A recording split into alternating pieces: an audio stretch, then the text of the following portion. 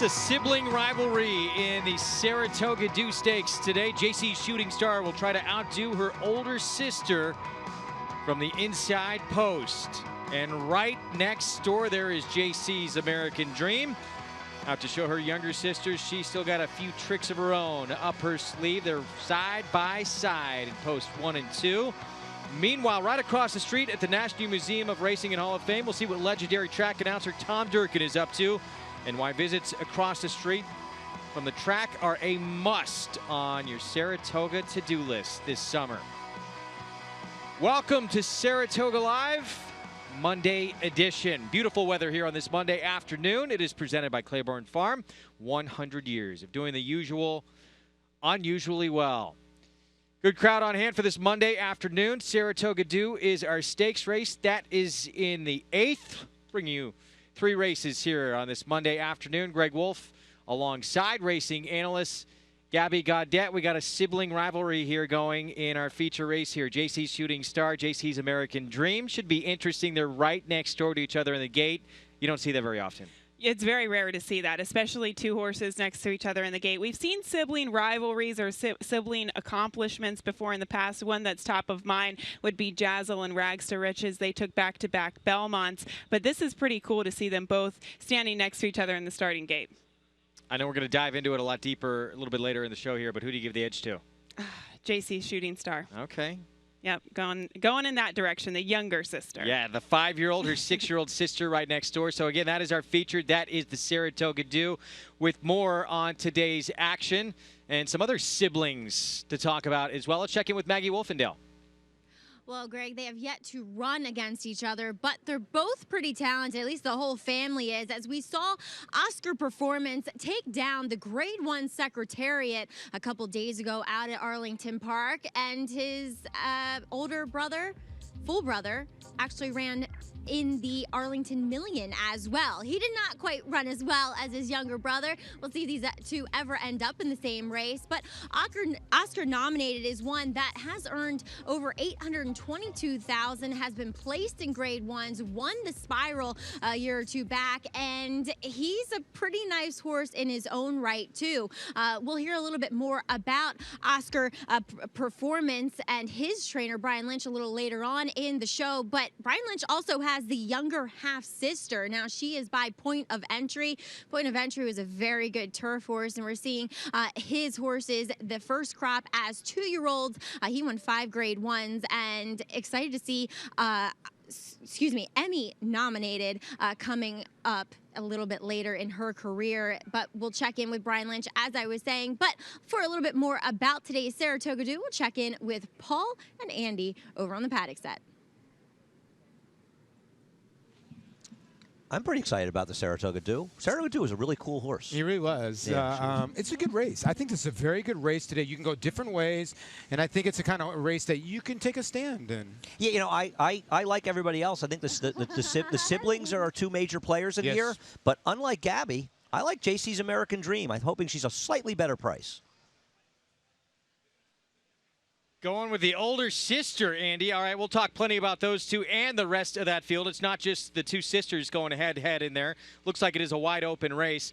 You're joining us just in time for the start of race 7. Final 3 races on the card. Coming up in the 7th race, 5.5 furlongs on the turf. It's an entry-level allowance. That 8th race is the Saratoga Dew. She was the first ever New York bred to win an Eclipse Award. Pretty impressive. She did that during an outstanding 3-year-old campaign. And we'll close things out in race 9.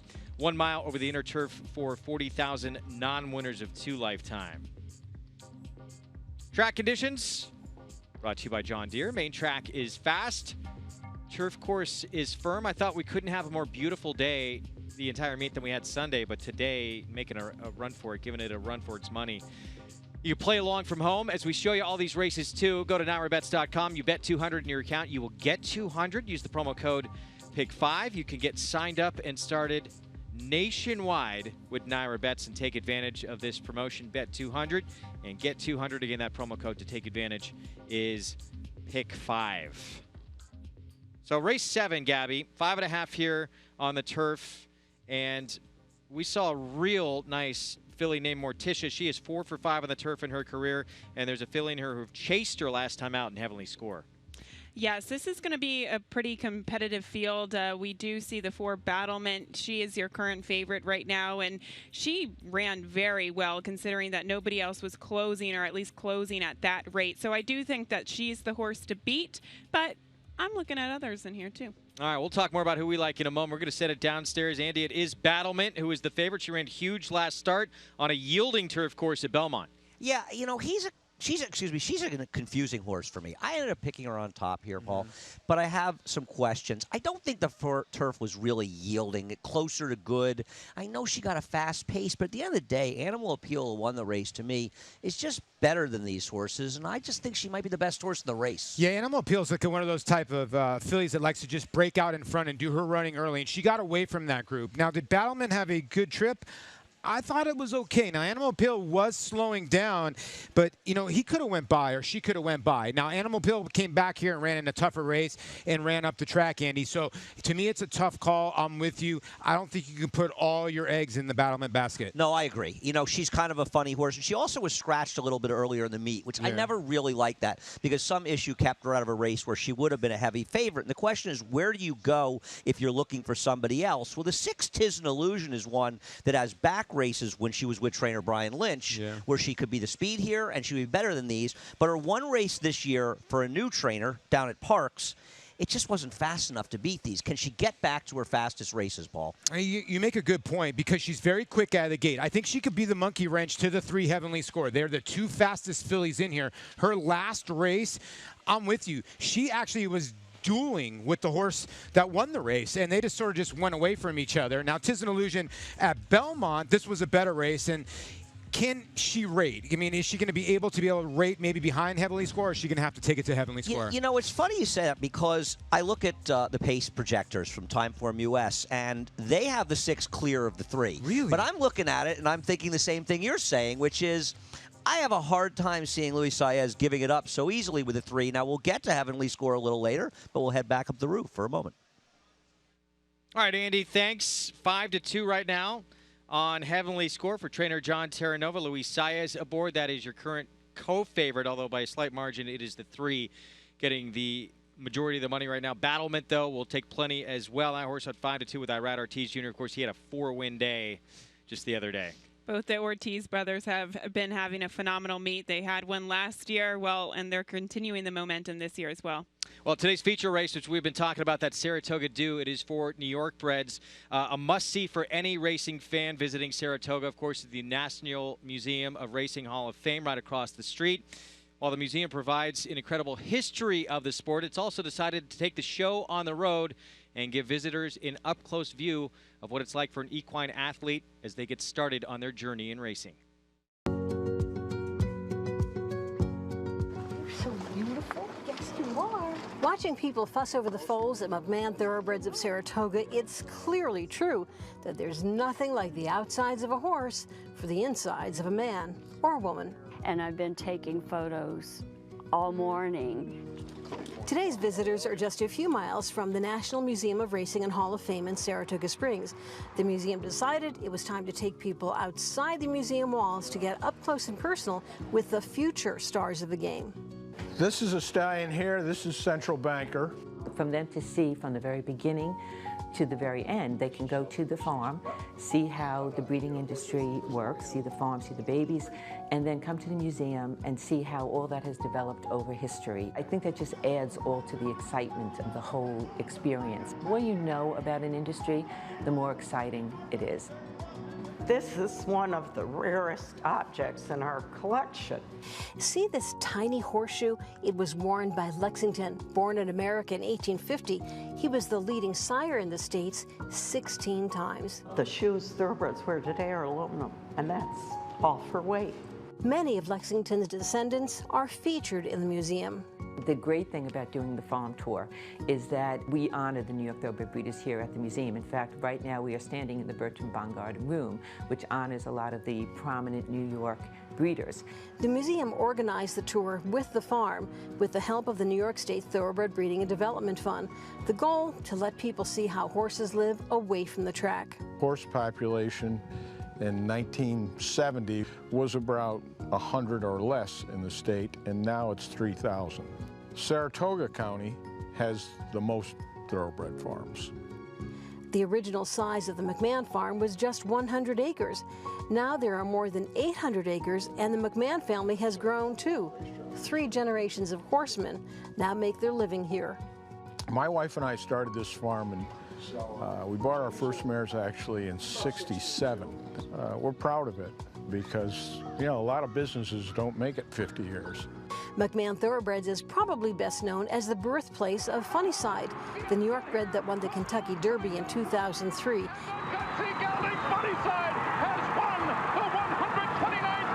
Some of today's visitors are concerned about what happens to horses after they race. Many become sport horses, trail horses, but some of them become brood mares. I am really enthused at the very humane way that these athletes are being treated, and it's such incredible beauty.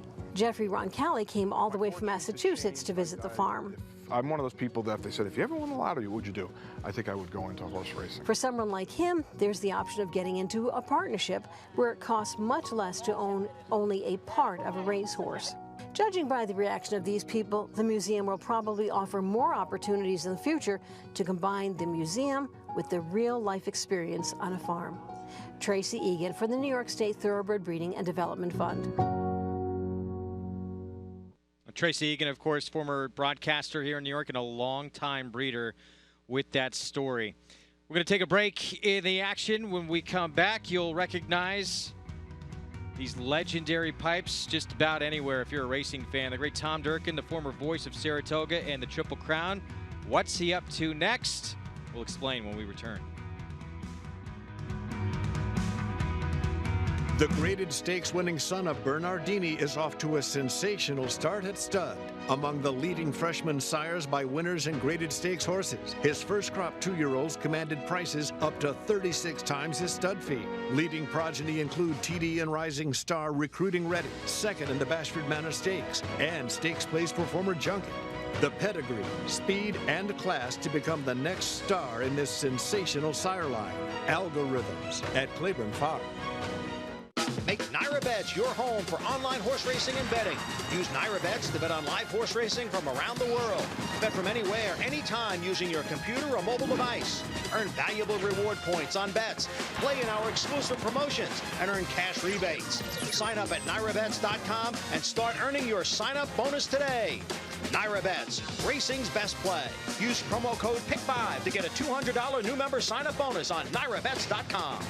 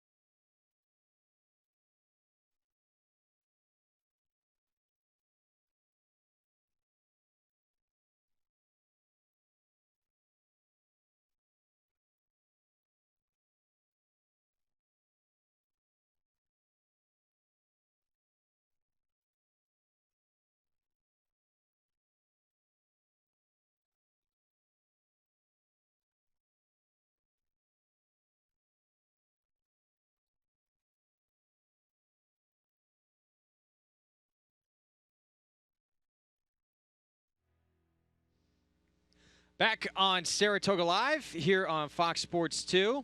Want to remind everyone to get involved with this contest, and it's a great introduction to racing and how to play the races without risking any of your own money. Go to SaratogaShowdown.com or Naira.com to get signed up and started. You could play for 50,000 Naira Bets points, and you can also win an entry to win a 2018 Belmont Stakes prize package valued at over $2,000. We'll be updating who is leading the way in the contest later on in the show. That is a look at Heavenly Score, and this one sent out by John Terranova. We mentioned who she faced last time out in Morticia, who has won 3 straight stakes wins. Of course, that was in the Coronation Cup. What are your thoughts on her? I think she's getting a little bit of a class relief from what she faced last time out. And we'll take a look at her performance, and this was last time. She is one that's just extremely quick. She's been quick on the main track. She's translated that onto the turf to be pretty fast, and with an inside post position, I would imagine she's going to be pretty forwardly placed. There are other speed types in here, like Tis an Illusion, who might be pressing her towards the outside, but I think she's really taken that step forward since sprinting on the turf. She was close to the pace last time out. She ran very well. She was just not as good as Morticia, which is not always a bad thing. No, that's a real good one, Paul. She was facing last time out, and you got to like the fact that she does have a run over the course here at the meet. Yeah, you do. I mean, her other race at Belmont I thought was maybe even better that day. You know, she was 3 wide most of the way, and, you know, Gabby hits the nail on the head. Morticia's just a different kind. So is Epping Forest for Christophe Clement, who's a nice little runner. I thought she stayed on the pace. In a fast pace, again, she's going to have to deal with the outside speed. Yeah, listen, I picked her second. I used her in my pick 4. I'm not arguing at all with you guys. I just offer a devil's advocate opinion. Turf sprints are such a funny animal. Getting beaten a length and a quarter to Morticia is a lot bigger margin than it is in dirt races. So I think it flatters her a little bit, but I cannot argue with anything you guys said, and I think she's absolutely a use. I'm surprised that she's favored over Battlement, which makes me a little leery of Battlement, to be honest. I think we're going to take a look at the 7-horse Orishetta, or you probably can pronounce it better than I can. My worry about this horse, Paul, is that she's just a little bit slow. Yeah, I'm with you. I think her races are good. I will give you that. But I'm also with you. I think this horse is a tiny bit slow in the numbers-wise. Now, if you get to the trainer, Jonathan Thomas, he's had 19 wins this year, 11 of them been on turf, so he knows what he's doing. This horse got tagged by a horse inside of him last time, was a little unlucky. Yeah, and I believe that Jonathan Thomas worked, Maggie knows for sure, but Maggie did, I think he worked for Todd Pletcher. Correct, Andy. He did work as Todd's assistant, primarily down at Belmont. So he certainly has a good education behind him, as that high percentage would suggest here, as he does bring his first runner here to the spa in number 7, Oriketti. And she looks like an out-and-out turf sprinter. Obviously, that's what her form would say as well. But she's certainly filled out. She's gotten stronger from what I had seen her going back to her 2-year-old season here and at Belmont last year. She's just very muscular. She's very classy acting. She's been nicely on the bridle the entire time here in the paddock. Now, we did add a couple minutes to post time, so these horses have had to be in here they've been in here since 35 minutes, so they've already been in here 20 minutes nearly, and everyone is handling it beautifully, I must say. The weather's nice, so that helps too. But I do like what I see from Oriketti. We'll see if she'll be able to kind of take a step up, another step up here against these. Now, a horse that is trying the turf for the first time and turning back in distance is number 2, Anathella, for Rusty Arnold. I actually think she has a turf hoof, and I think she's built more like a sprinting type. So I wouldn't be surprised if she can handle this distance and going. So she's a bit of a wild card, yes, but if she can translate some of her dirt races to the turf, kind of puts her right in the mix. And like I said, she looks physically suited to switching to this surface. Paul, Andy, any thoughts on number 2, Anathella? No, I think you're right, Maggie. She's just a wild card in this race. She really is. Because she's fast enough on the dirt to win. She's can sprint on the dirt. She's an elusive quality. So while there's really no turf pedigree in the dam side, the dam herself has produced 3 horses to try the turf. None of them won. A couple of them were okay enough. But with an elusive quality, I suppose it's not impossible. And you don't want to pigeonhole any kind of trainer, but this is Rusty Arnold, or George Arnold's best statistic. He's 5 for 15 turf sprints. It has to do a little bit because he trains Morticia, who we're talking about. La Montegris ran a very good race too. He has that horse. Those are his 2 best turf horses. I could see this horse making a transfer. The worry you have, 1 for 12, and whether the horse doesn't like the dirt or not, she hangs. And I mean, you look through her past performance, and it's something you want to look at. When you're looking at horses that have run second and third, she got 6 seconds in 12 starts and 2/3. So 8 times she could have won. And sometimes you want to look through and look at what odds they were in their races. If you look and you see that they were 15-1 a lot in finishing second, third, they probably were outrunning their odds even running second, third. When you look through at Anathella, you look and you see 5-2, 2-1, 6-5, 7-2, 3-1, 5-2, 5-2, 5-2. You look at a horse that was a short price in a lot of races, and she should have won somewhere in there, and she just keeps failing to win. Well, you make a great point, because I think a lot of people don't look at field sizes, but you look at Anathela, 3-back, 6-horse field, she runs third. It's not really a good third. You look at the 5 right here, Big Cat and Camille. Maybe a little bit unlucky last time. It almost got the job done. 3 wide, hung a tiny bit. This horse has definitely moved up since the blinkers have come off and the turf. But here's another filly, 3-year-old taking on the olders in here. There's a couple 3-year-olds. Is she even fast enough to beat this field? That's the thing. I mean, listen, she's 15-1. So the last thing that Paul and I or anybody would tell you is if you like this horse, you bet him at 15-1. Our opinions are irrelevant. They may be irrelevant overall, but they're definitely irrelevant in long shots. If somebody likes a long shot, I will tell you this, bet though. them. When she won at 95-1 out there, Eric Cancel gave that horse one of the best rides I've ever seen at 95-1. So like you always say, you want to go to a wedding, you don't want to go to the funeral. Right. And today she's 15-1, so it could be a wedding, right, Gabby? It very well could. And, guys, her last race was pretty good, I thought, especially if you're looking at a long shot at 15-1. I thought that she was more likely to win than other horses that might be taking money. She had tight running room late. She was behind a wire-to-wire winner, and I think she's just a little bit better cutting back in distance. But Orchetti, I know you guys were saying downstairs that she might just be a little slow for this field, and maybe that is the case, but I actually think that her last 2 races were pretty good. 2 starts back, she was close to a pretty quick pace. Last time out, she got into trouble on the backstretch. There was a cluster of horses vying for the lead on the backstretch. She had to check out of that position, and then she had to circle around late and go extremely wide. So with that trouble and having to overcome that, I thought it was a big performance. And Jonathan Thomas, his stats on the turf, really his stats anywhere, have been ideal for a 4-1 shot here.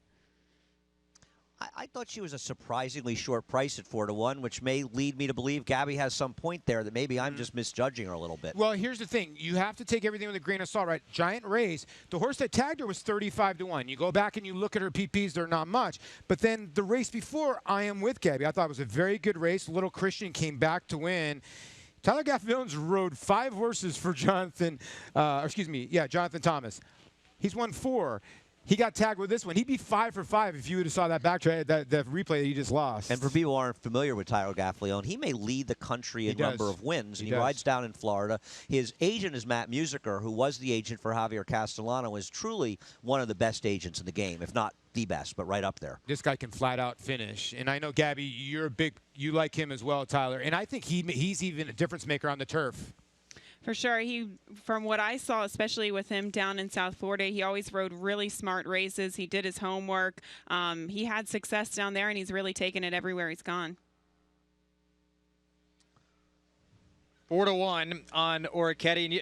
Andy had asked Maggie about Jonathan Thomas and his experience, but he's actually worked for quite a few big-time barns, hasn't he? Primarily Todd Pletcher. Maggie's right. He worked, I believe, down in Belmont for Todd Pletcher, but he had experience with Christophe Clement, Dale Romans. He trains from Bridlewood Farms down in Florida, and it looks like that's been a success, a successful stepping stone for some of his horses in the afternoon. Here we go with the post parade for race 7, 5.5 furlongs here on the Mellon Turf Course. We'll begin with Ramblin' and Gamblin'. Started off her career with back-to-back dominant wins on the turf. It's been a long time off, though, trained by Asif Ronan. Will show speed from the rail, but we'll have to overcome that layoff in slightly tougher competition today. Anathela for Rusty Arnold. Eric Cancel rides. Tries the turf for the first time. If she can move her dirt form to the turf, she's a player. Second choice on the board, Heavenly Score, Luis Saez for John Terranova. Fast and pretty versatile in terms of her ability on multiple different surfaces. Gets a class relief from the Coronation Cup where she was last time out. And here's our current favorite, Battlement for Juddmonte Farms, trained by Bill Mott with Irad Ortiz Jr. She is the horse to beat off her last effort, but it was a couple of months ago, and the turf today is much firmer than it was that day. Big Cat and Camille, a long shot that might be worth a look here for Napal Chatterpaul and Angel Arroyo. She's definitely moving in the right direction in the past few starts. Comes out of a slightly troubled trip, but will have to run the fastest race ever in order to win. You get speed with this one. Tis in Illusion, Javier Castellano for Miguel Vera. I think Javier Castellano is going to try to be aggressive and try to wire the field with this filly. And Oriketti rounds things out 4-1 on the board for trainer Jonathan Thomas with Tyler Gaffleone. She's been holding her own down in South Florida, and she very well could like an extra half furlong to work with today. 10 minutes to post here in race 7 at Saratoga. We'll have it for you when we come back from a short timeout. Plenty more to come, including the Saratoga Dew, featuring two sisters going head-to-head. The incredible story of a mare who turned into a gold mine when we come back.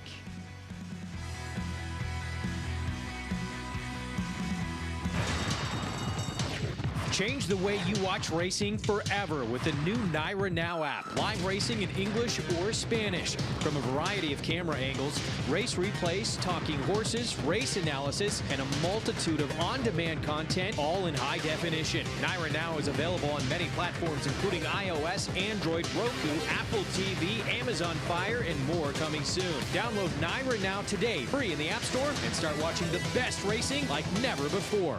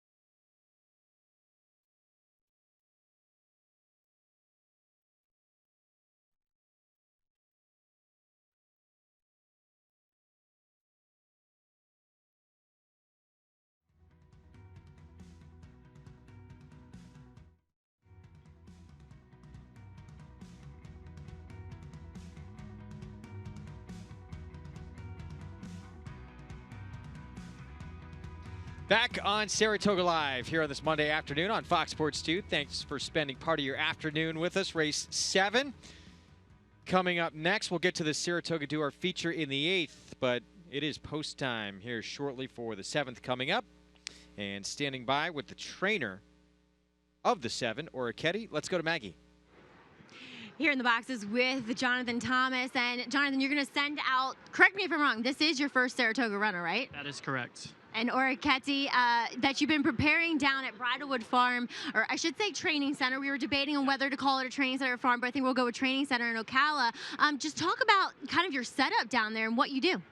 It's kind of turned into a mini Fairhill-esque place where we have a turf course and an uphill gallop and a lot of different amenities that, you know, you don't have at the racetrack. It's not for every horse, but there's some exceptions. In this case, this filly's a little bit aggressive and it gets a chance to relax. And what have you seen from her? I mean, she's run very well for you at Gulfstream Park, but using those uphill turf gallops, how has that led her to become a better horse and one of the favorites here at Saratoga? I think mainly we kind of can train off her weight and how she looks and just the substance she carries. If I had a trainer here, I would be concerned every day about her weight and doing too much, so I can kind of contain her, and it's been a big help. Now, not only are you training horses, but you also buy and you prep. You're involved in the purchase of Taproot as well. So talk a little bit about that relationship as well with Eclipse Thoroughbreds. That's been an amazing relationship. LaPenta brought a wood Eclipse and watched him work on Saturday, and we're all super excited to be in the Travers, and hopefully he keeps going the way he has. So. Well, best of luck here with Oraketi and as well in a couple weeks from now in the Travers. Thanks very much. All right, Jonathan Thomas, we are going to be seeing and hearing a lot more from this guy, Greg. Maggie, looking forward to it. Yeah, this horse used to be with Todd Pletcher, who we mentioned he used to work under, and now getting a crack at Saratoga in his name. This horse actually debuted at Saratoga and ran pretty good on the turf course first time out last summer.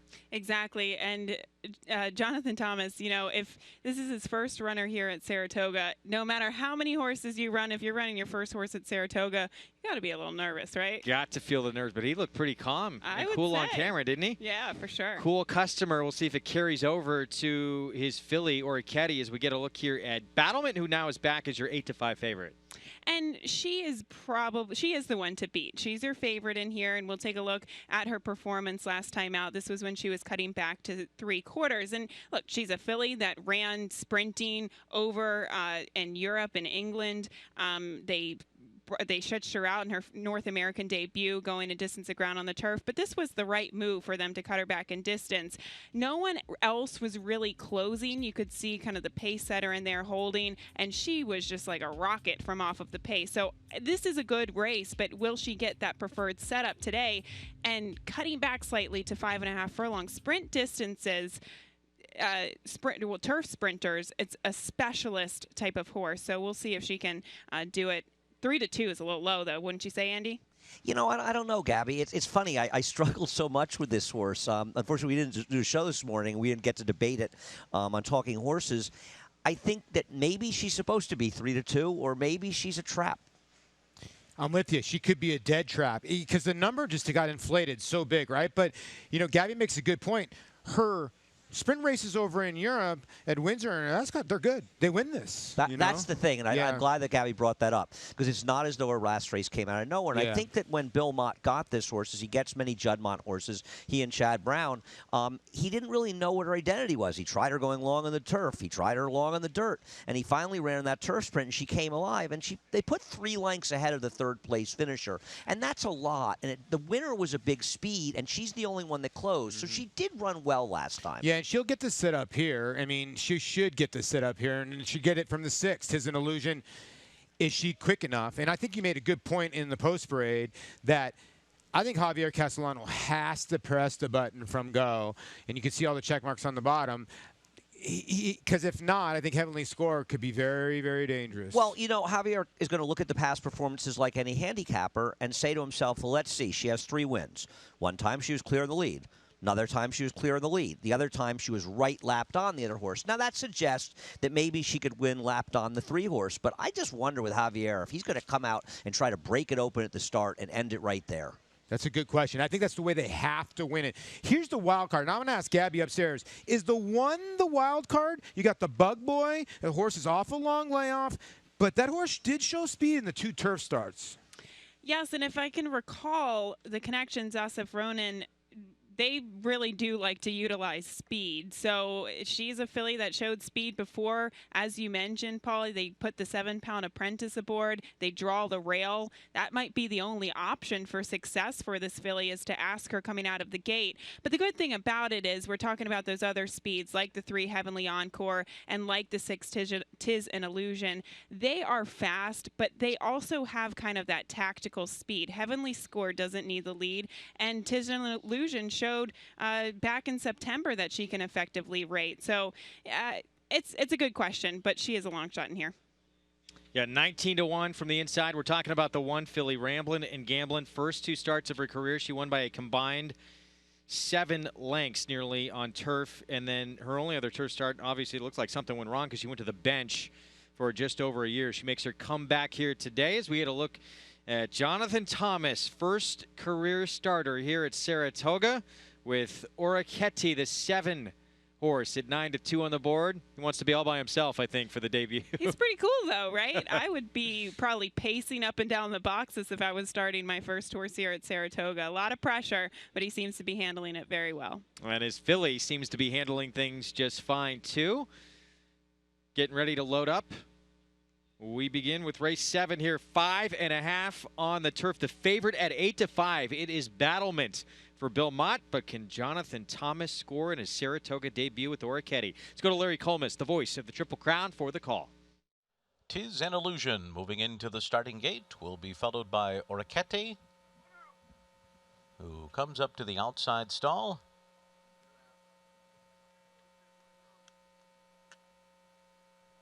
Orecchetti and Tyler Gaffleone will be last to load here as Battlement remains the 9-5 favorite.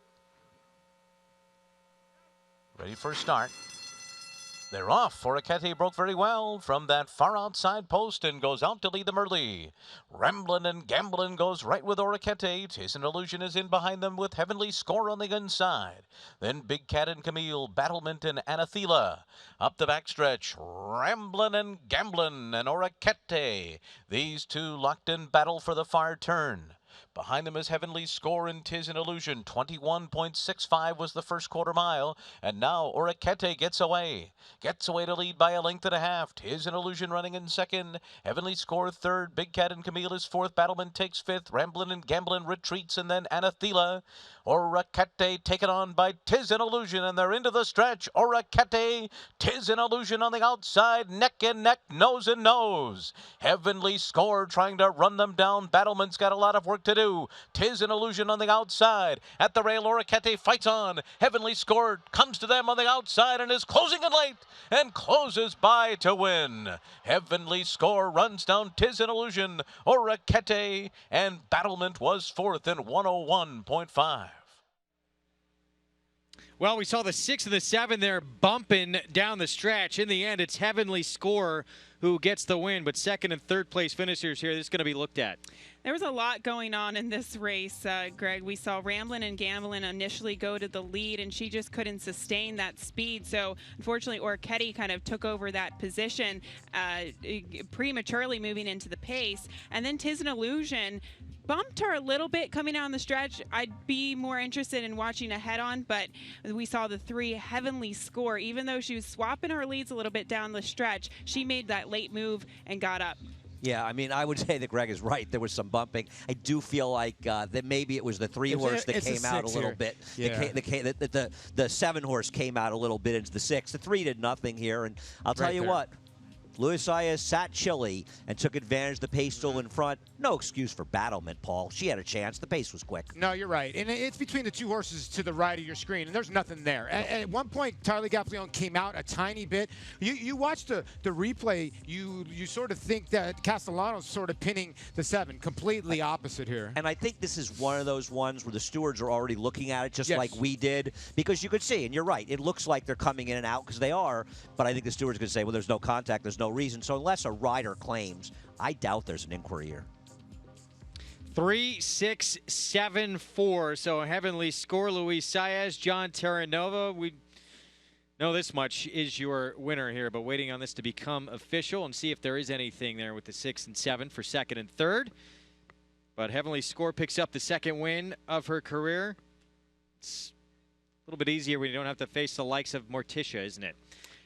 I would say so, for sure. We're going to take a break here in the action. The Saratoga Dew featuring 2 sisters going head-to-head. It's all in the family. JC's Shooting Star and JC's American Dream, both out of the damn American Passage. Going head-to-head next. Eclipse Award winner Blaine retired to stud with more than $4.3 million in earnings, including a historic victory over Zenyatta in the Breeders' Cup Classic. Now he's making a name for himself as an internationally successful stallion. In 2017, his top runners include stakes winner No Fault of Mine, Japanese star Resonator, and classic winner Singa, the dominant victor of this year's Grade 1 French Oaks. Blaine at Claiborne Farm.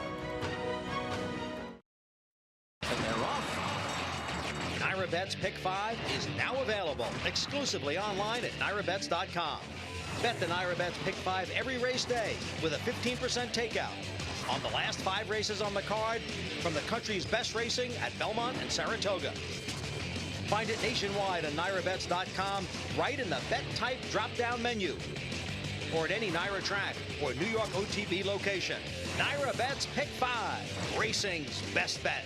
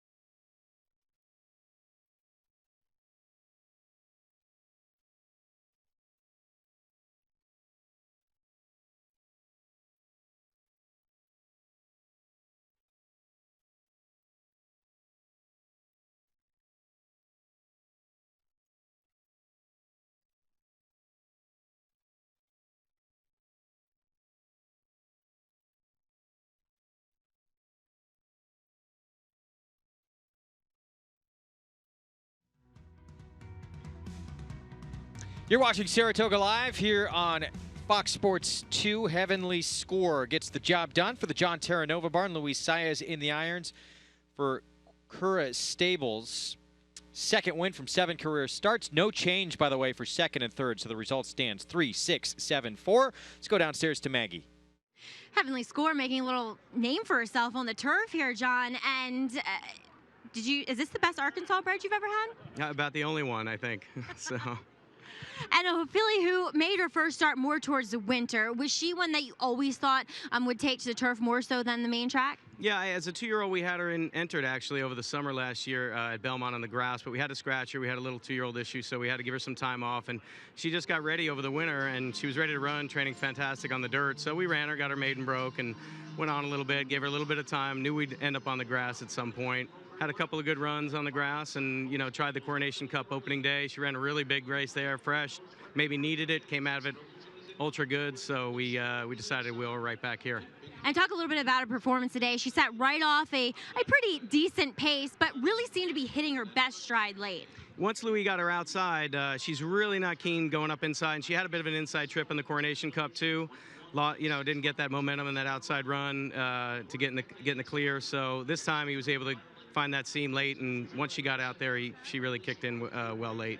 Well, congratulations here. Nice one, Heavenly Score. Yeah, thanks, Maggie. All right, Greg, back to you. Maggie, thanks. So John Terranova, Cura Stables, Luis Saez Score in race 7 with the filly by even the score. Heavenly Score gets the job done there. Saratoga Dew, our feature coming up next, but it's time right now for what's trending, which we'll get to here in just a moment. We want to remind everyone about this NyraBets late pick 5. If you are the only winning ticket and you play it through NyraBets, a minimum payout of $150,000 on Saturdays. That single winning ticket minimum payout $300,000, but you got to play it through NyraBets to take advantage of that. And the only way to play that NyraBets late pick 5 outside the state of New York is to get signed up and started with NyraBets. Go to NyraBets.com to take advantage of that. All right, now time for this follow along here. late pick 5 began back in the 5th, and everyone still had hopes and dreams of making a lot of money in here. And it was Miss Tutu, Dale Romans, Robbie Alvarado, turf to dirt with the win. Yep, she was down on the rail, and Dale Romans, congratulations, getting off the duck. Second leg of the sequence, race 6 mile on the inner turf. And Jeremiah Engelhardt and Jose Ortiz team up with any questions. And good to see them get the victory here. A well-timed move and pretty decent price as well. For the big tuna. Yeah. Bill Parcells, Augustin Farm getting a win here at Saratoga. So here's the follow-along $22 horse to kick things off with Ms. Tutu, and then any question 780, 670 on Heavenly Score. And we still got 2 legs to come, which are not easy by any stretch. So if you're alive, good luck to you. $96,842 in that pool. Now let's get to what's trending.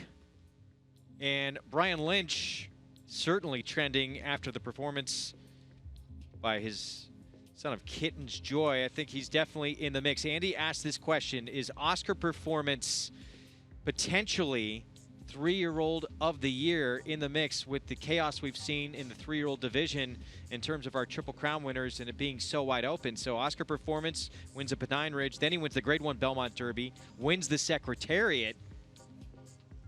Could he be? Well, he's a 2-time Grade 1 winner, and really the only other one would be Always Dreaming. Great day at Arlington. Oscar Performance, follow my brother, Irad Ortiz, and ex-rider of Arlington Million winner Beach Patrol, Peter Livaroma. And Oscar Performance, big performance, got a perfect trip in the race.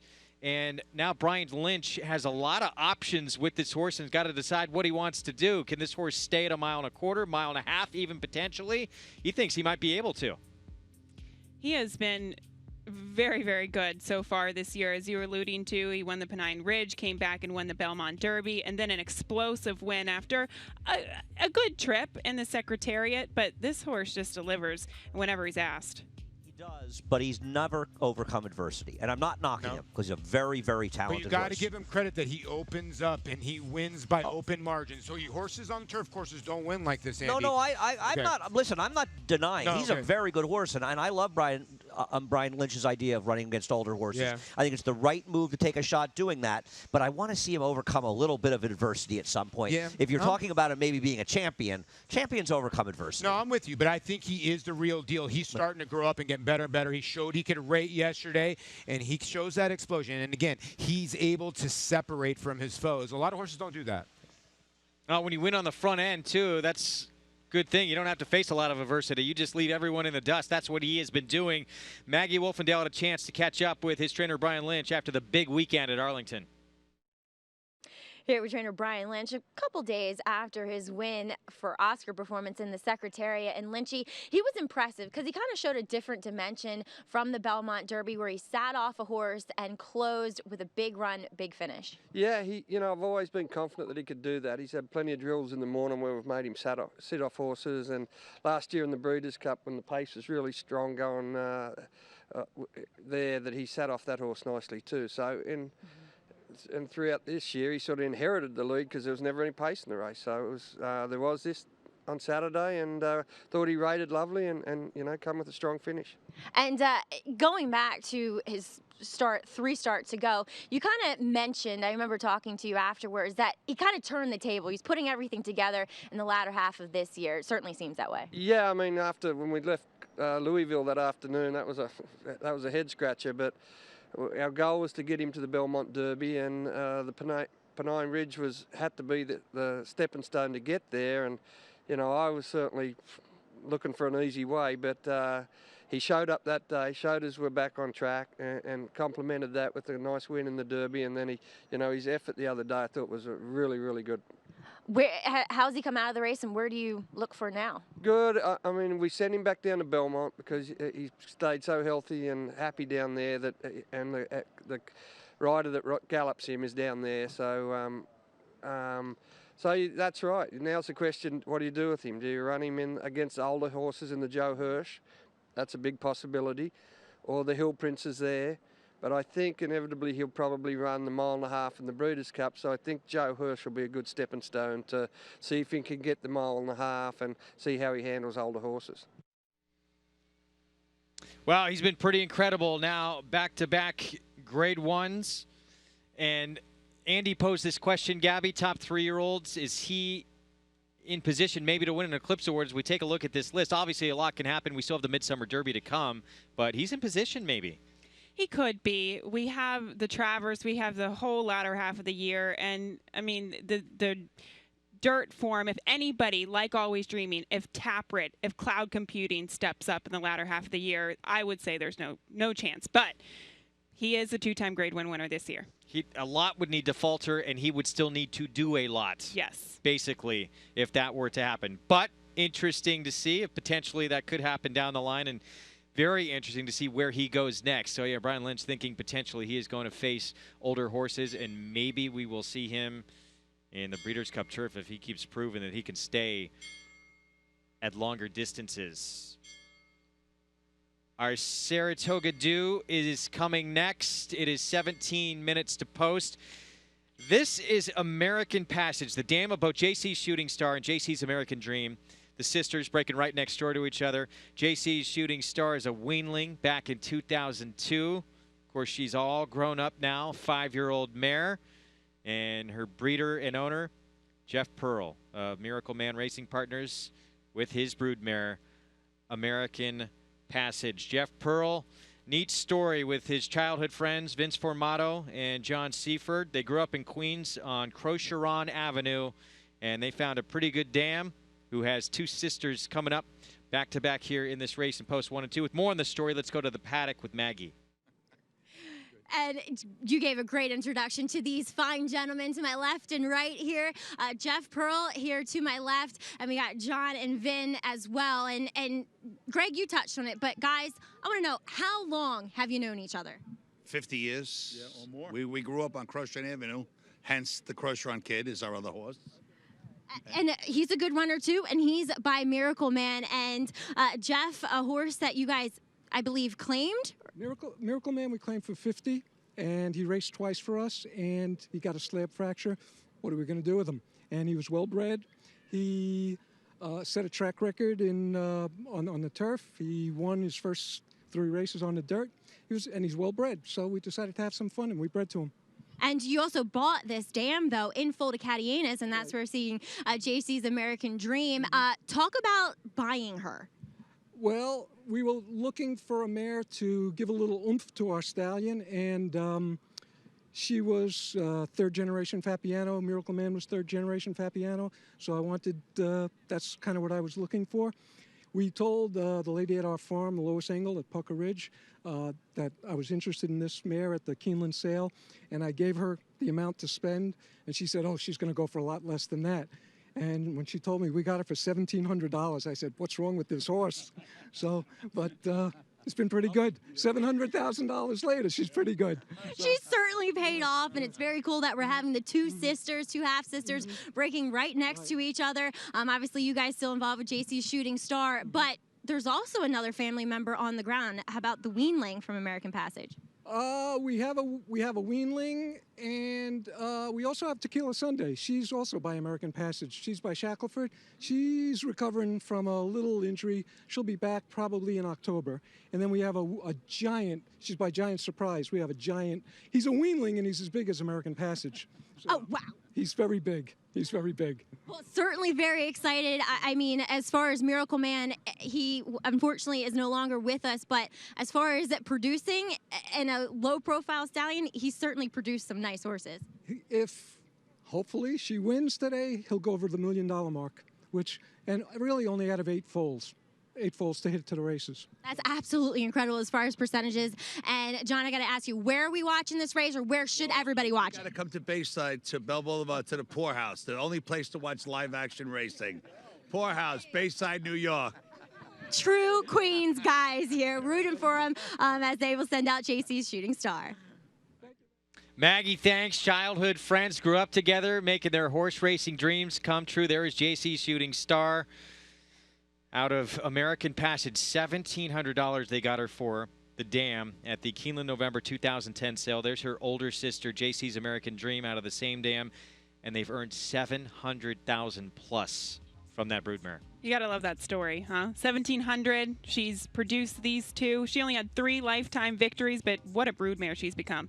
And her 2 daughters at 2-1 on the board. JC's Shooting Star and 6-1 JC's American Dream.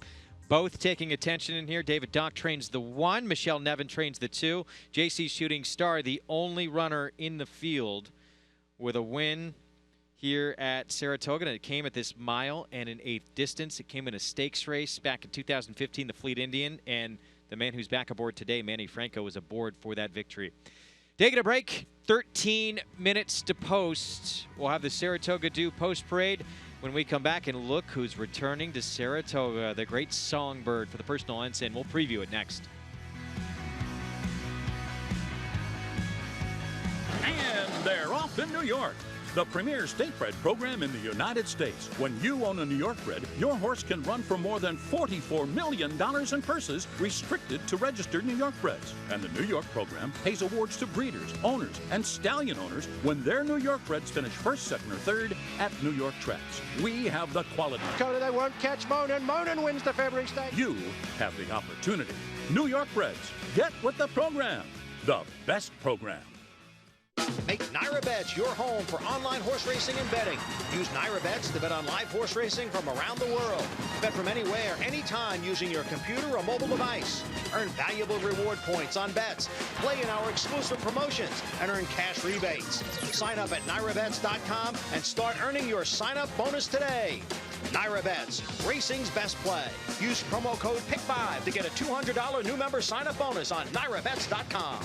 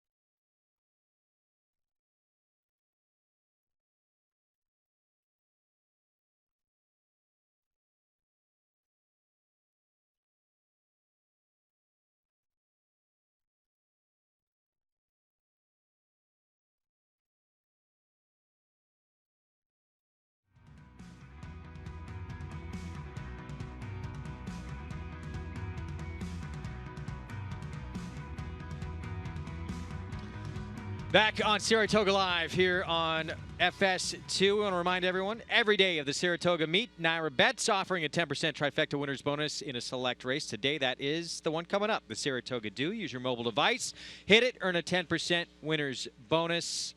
See the full schedule and bet Saratoga Racing and over 200 other tracks nationwide at NyraBets.com. Post parade coming up for our feature. We're approaching the 9-minute mark to post as everyone from the paddock making their way over to the grandstand to see the race and doing some last-second handicapping here to see who they like in this race coming up. It is JC's Shooting Star right now. Who is your favorite? Our post parade coming up. Post parade brought to you by OCD Pellets, celebrating their 10th anniversary of supporting the equine industry with their 2-in-1 bone and joint supplement. For more information, go to OCDpellets.com. Here's JC's Shooting Star for Shooting Star Stable, trained by David Donk with Manny Franco. In a race that lacks pace, she could be the controlling inside speed in a track that is kind to that running style. And the only one with a win on the Saratoga surface here is JC's American Dream for James Riccio, trained by Michelle Nevin with Joe Bravo. Saddled right next to her sister in the gate. Sort of the Venus Williams in here, not getting respect compared to her sister on the inside. Matthew Shera sends out Super Allison for trainer Carlos Martin. Rajiv Mirage, who's won this race twice in the irons.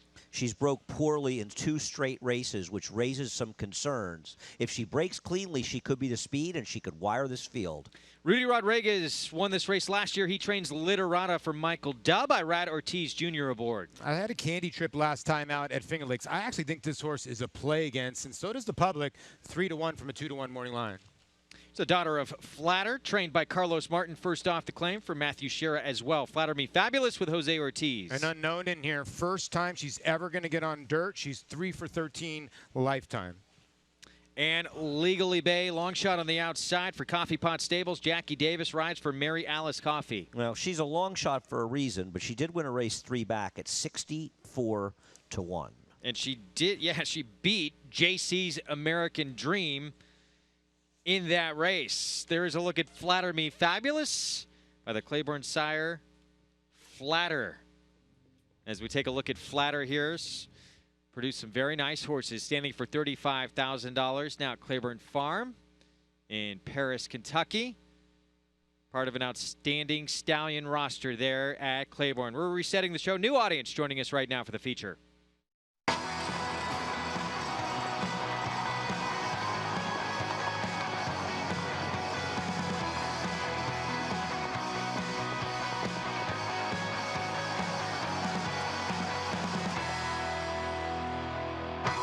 Welcome to Saratoga Live. Those just joining us on Altitude Network. Great to be with you on this Monday afternoon here at Saratoga. It's presented by Claiborne Farm, 100 years of doing the usual unusually well. Our feature race here on this Monday coming up, 1 1/8, New York bred Saratoga Dew Stakes, named after the first ever New York bred to win an Eclipse Award.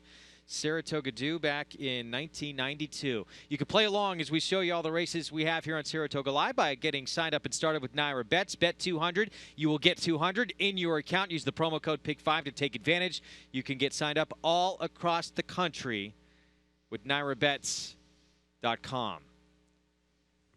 7 minutes to post here in this race, and JC's Shooting Star, Gabby Gaudet, trained by David Donk here. Right now, favored at 2 to 1. And what do you think of her form here coming into this race? Well, the public is making her the popular sister right now, but JC Shooting Star, she's just been a little bit unfortunate in the past several starts that she's caught an off track. She's 0 for 5 on a wet track. Today, she finally gets the conditions she likes. Actually, last time she was on a fast main track was here last year in the Saratoga Dew. So the pace scenario is much different than what it was last year. Last year she closed. This year she could be the controlling speed, Paul. Yeah, I'm with you, Gabby. That's why I like her the best. And I thought her Saratoga Dew was not bad last year. She was up close on the pace, and she actually, to me, felt like a mare that wants the 1 1/8, where a lot of these others in here don't. So I'm going to single her, then use 3 pieces in the last, Andy, the 1, 4, and 10. I'm going to leave it snag.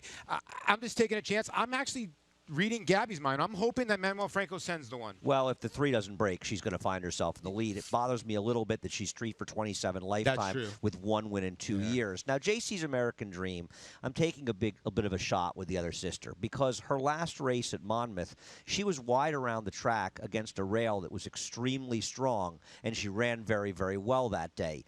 That effort with a 77 buyer against the bias would win this race. The problem is her 2 prior races in New York are not good enough to win this race. But you know what, Paul? She's 7 to 1. I can bet a few bucks on it. The one thing that's a constant between all 3, and we'll ask Maggie here in a little bit, we're not a fan of Literata. No, I agree. I'm with you. I completely agree with what you said in the post parade.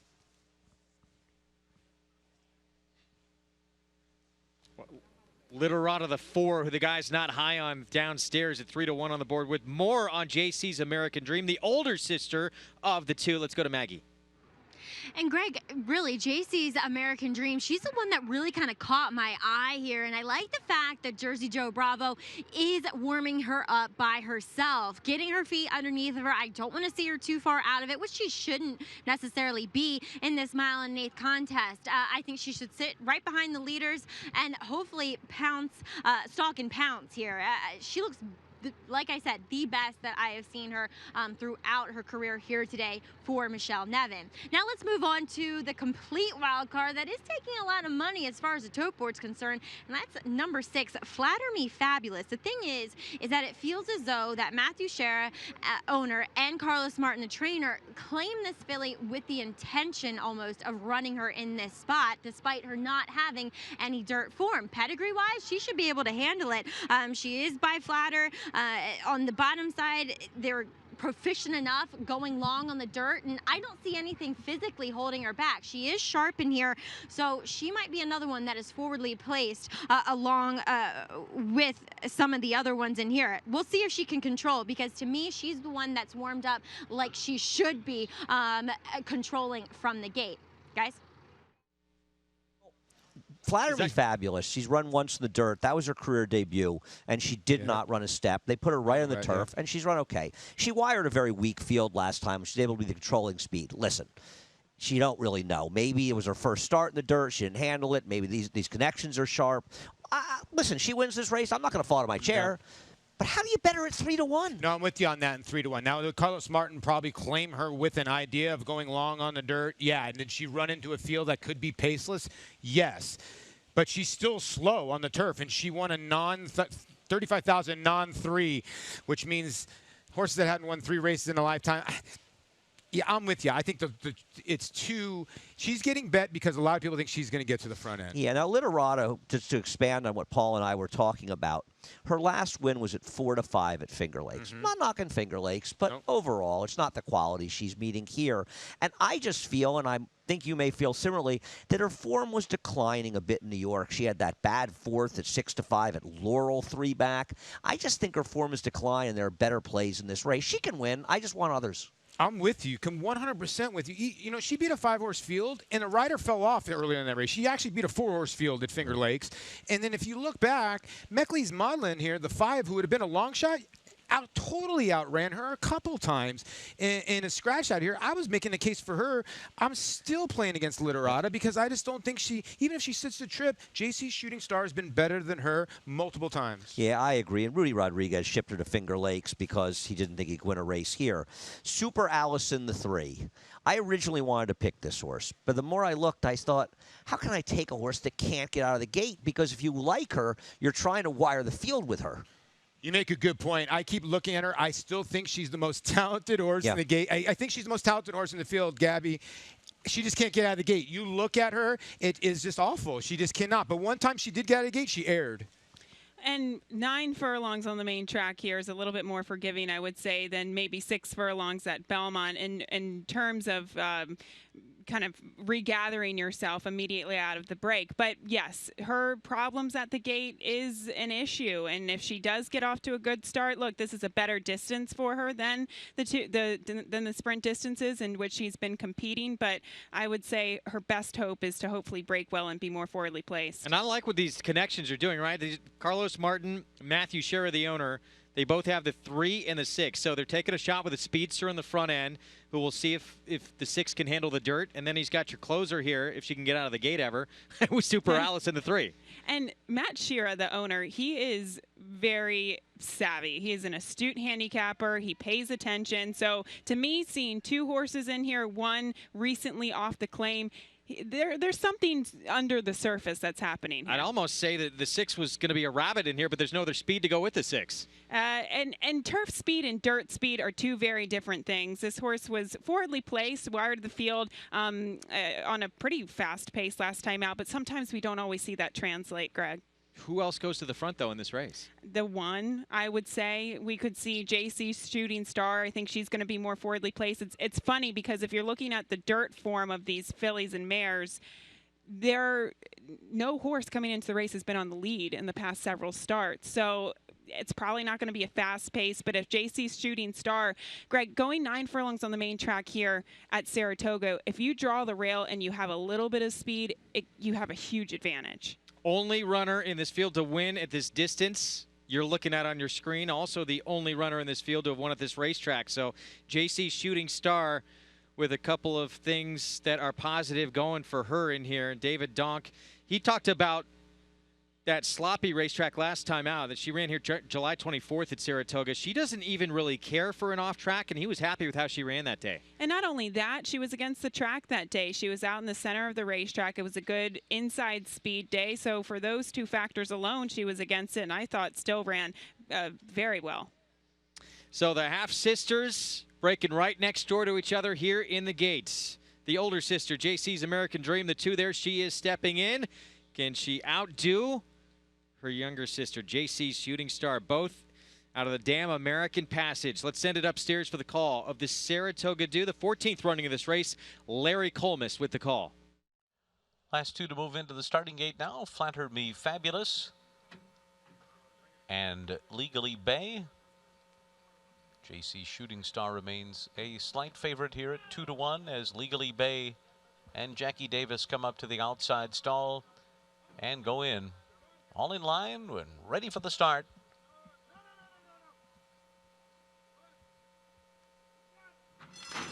They're off in the Saratoga Dew, and Legally Bay goes out to lead them. Flatter Me Fabulous goes with her and takes over. So Flatter Me Fabulous to the front, racing for the turn. And Literata moves up a spot into second. Legally Bay is third. JC Shooting Star fourth on the inside. And then Super Allison and JC's American Dream is last early on. On the first turn, it is Flatter Me Fabulous in front. Literata ranges up on the outside to be within a neck after a 24.98 quarter. JC Shooting Star third on the inside. Legally Bay follows fourth by 2. And then it's JC's American Dream and Super Allison. Up the backstretch they go. Flatter Me Fabulous and Jose Ortiz lead the way in the Saratoga Dew, 3/4 of a length ahead of Literata, second on the outside. JC Shooting Star follows in third. Legally Bay is fourth. JC's American Dream is fifth on the inside of Super Allison. 6.5 lengths from top to bottom, a 49.18 half mile. Flatter Me Fabulous is the leader. Literata creeps closer under a Rat Ortiz. Now Literata to the front. As the field races for the turn, Literata now edging away here to a 1.5 length lead. JC Shooting Star into second. On the outside, here comes Super Allison quickly into contention too. JC's American Dream is closing through an opening on the inside as they make their way to the top of the stretch. Literata is the leader, 3/4, 113.97. They're into the stretch. Literata, the rails open for JC's American Dream. JC Shooting Star is there on the outside. It's these three that come into the final furlong. It is Literata, JC Shooting Star, JC's American Dream along the rail. Literata narrow lead. JC's American Dream fights her to the finish. It's down to these two. Literata, JC's American Dream. Literata in the Saratoga Dew. JC's American Dream second. JC Shooting Star was third, and Legally Bay was fourth in 152.16. Literata with the win. Things getting tight there down on the rail. Rudy Rodriguez wins the Saratoga Dew back-to-back years. Well, she was on top of a slow pace. I'm a little shocked because I bet the 2 and thought I could not lose. Great ride by Joe Bravo coming up the fence. I'm going to have to hope Literata banged into her in the stretch ball. But Literata gets it done. It looked like she was beat. Yeah, when you're wrong, you're wrong. Listen, I was completely wrong. I did not like this horse at all. Right here, I'm thinking the 1 or the 2 is going to outfinish. Yeah. But you know what? Literata showed a lot of heart. You got to give her credit here at 3-1. And it got tight there down Lorraine for a split second.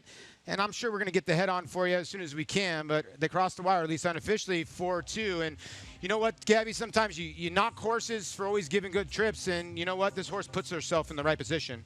And we do it, or we see Rudy do that frequently. We'll watch the head on here, though, as Literata is coming down the stretch, and we do see JC's American Dream just to her inside, coming over a little bit, race riding. They haven't made any contact yet, Greg.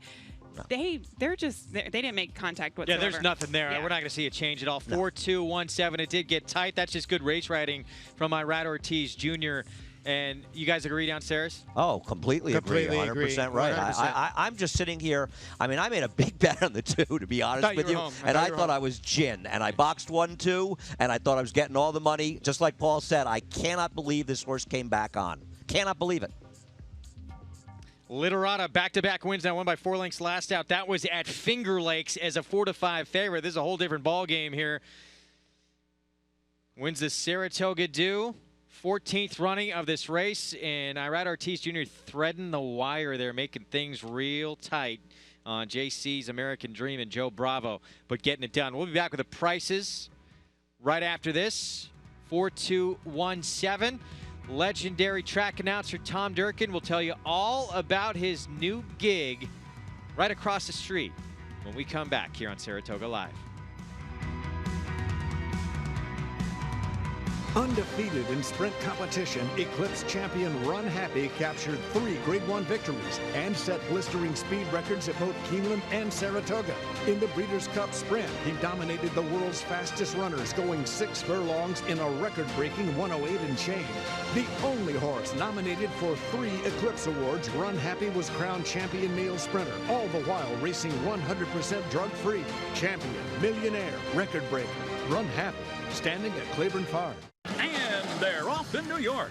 The premier state-bred program in the United States. When you own a New York bred, your horse can run for more than $44 million in purses, restricted to registered New York breds. And the New York program pays awards to breeders, owners, and stallion owners when their New York breds finish first, second, or third at New York tracks. We have the quality. Dakota, they won't catch Monin. Monin wins the February Stakes. You have the opportunity.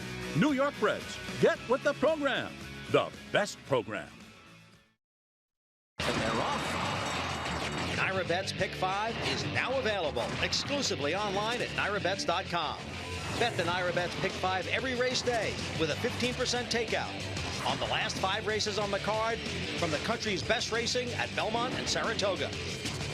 Find it nationwide on NyraBets.com right in the Bet Type drop-down menu or at any Nyra track or New York OTB location. NyraBet's Pick 5, racing's best bet.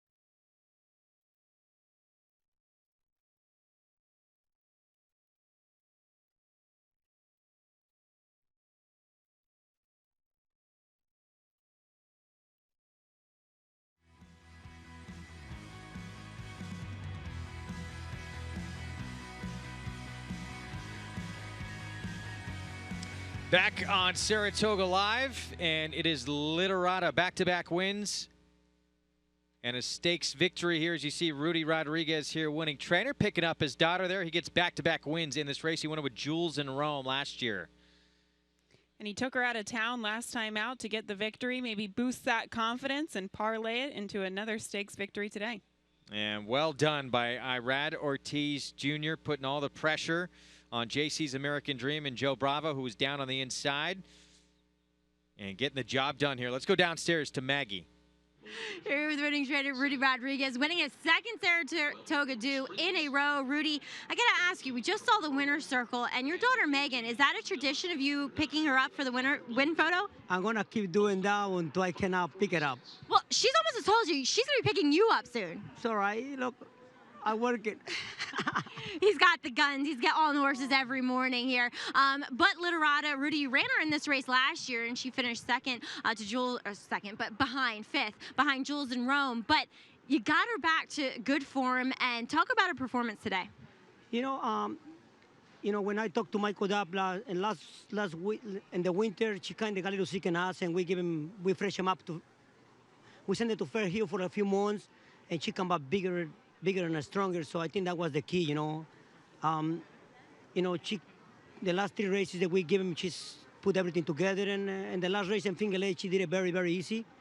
And, you know, this race, I was not even thinking to run him over here. So, but, you know, everything worked out very good. And we just got to thank Michael Dubb to pick out the race for.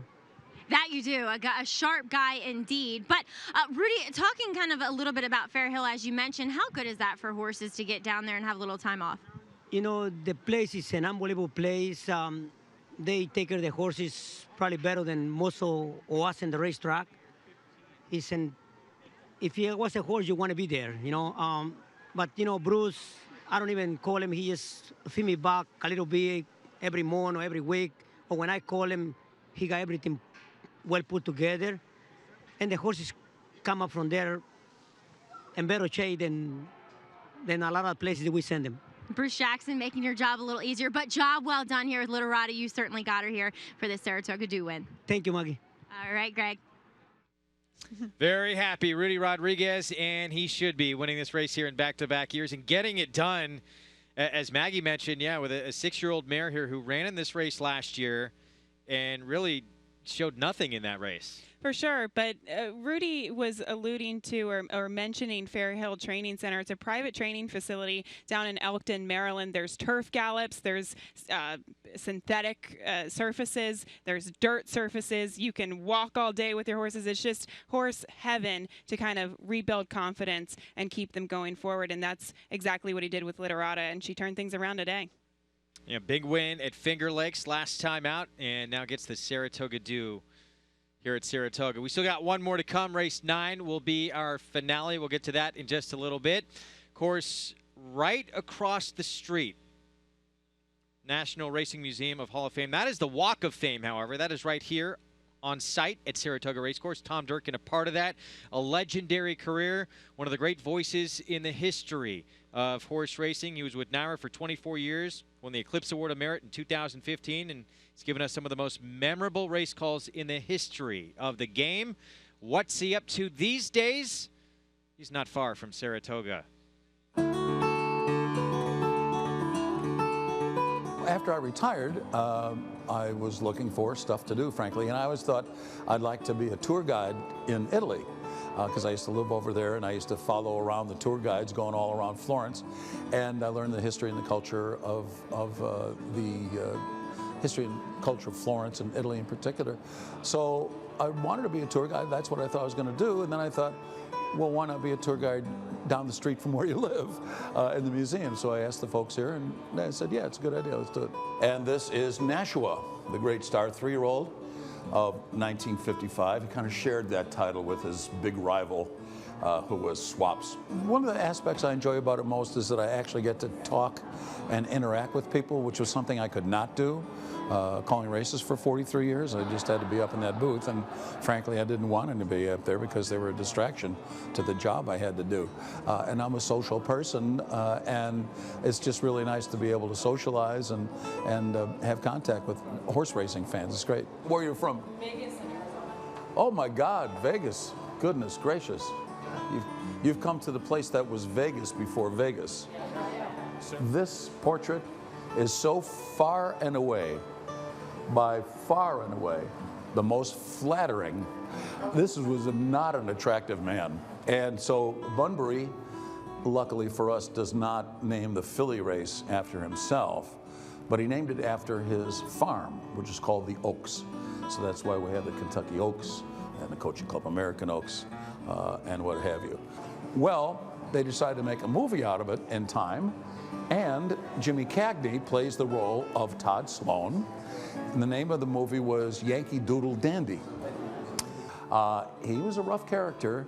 Early on in particular, he was actually found guilty of assault and armed robbery. So in 1863, he gets a bunch of horses together, and he uses the harness track that's over here where Oklahoma is. Vestiges of that still remain. And the meeting's a huge success. So he wants to buy up all the property across the street for 1864 to open up his own racetrack. And he does. 15 winners of the Travers Stakes were sired by Lexington. But he was a great racehorse as well as a sire. That's why he's the reason they invented the stopwatch. So if you guys want pictures, everybody, it seems, is adept at taking pictures with their iPhones. So if you want to come together as a group or two of you are together, you can just hand it off to someone else. Oh no, I got a strict rule. My arms around the girls. Get Secretariat in here. Don't forget him. All right, guys, thank you very much. Thanks for helping the museum out. And good luck at the track, all right? Tom Durkin, right across the street at the National Museum of Racing and Hall of Fame. You can find museum tours, I should say, with Tom Durkin, 11 a.m. to 12, most racing days. So definitely something to take advantage of if you're out here at Saratoga. We're going to take a break in the action. We'll be back with more of the nightcap still to come. And, of course, we're We're going to talk about Songbird. She thrilled fans with her coaching club American Oaks and Alabama wins here last year. She's returning August 26th. Grade 1 winner Data Link by world-renowned sire Warfront. Data Link scored in the prestigious Grade 1 Makers 46 Mile at Keeneland. Then set a new course record in the Grade 2 Monmouth Stakes. With a pedigree free of Mr. Prospector in the first 4 generations, Data Link is the perfect outcross option. His first weanlings turned heads, selling well above the stud fee. Data Link at Claiborne Farm. Change the way you watch racing forever with the new NYRA Now app. Live racing in English or Spanish. From a variety of camera angles, race replays, talking horses, race analysis, and a multitude of on-demand content, all in high definition. NYRA Now is available on many platforms, including iOS, Android, Roku, Apple TV, Amazon Fire, and more coming soon. Download NYRA Now today, free in the App Store, and start watching the best racing like never before.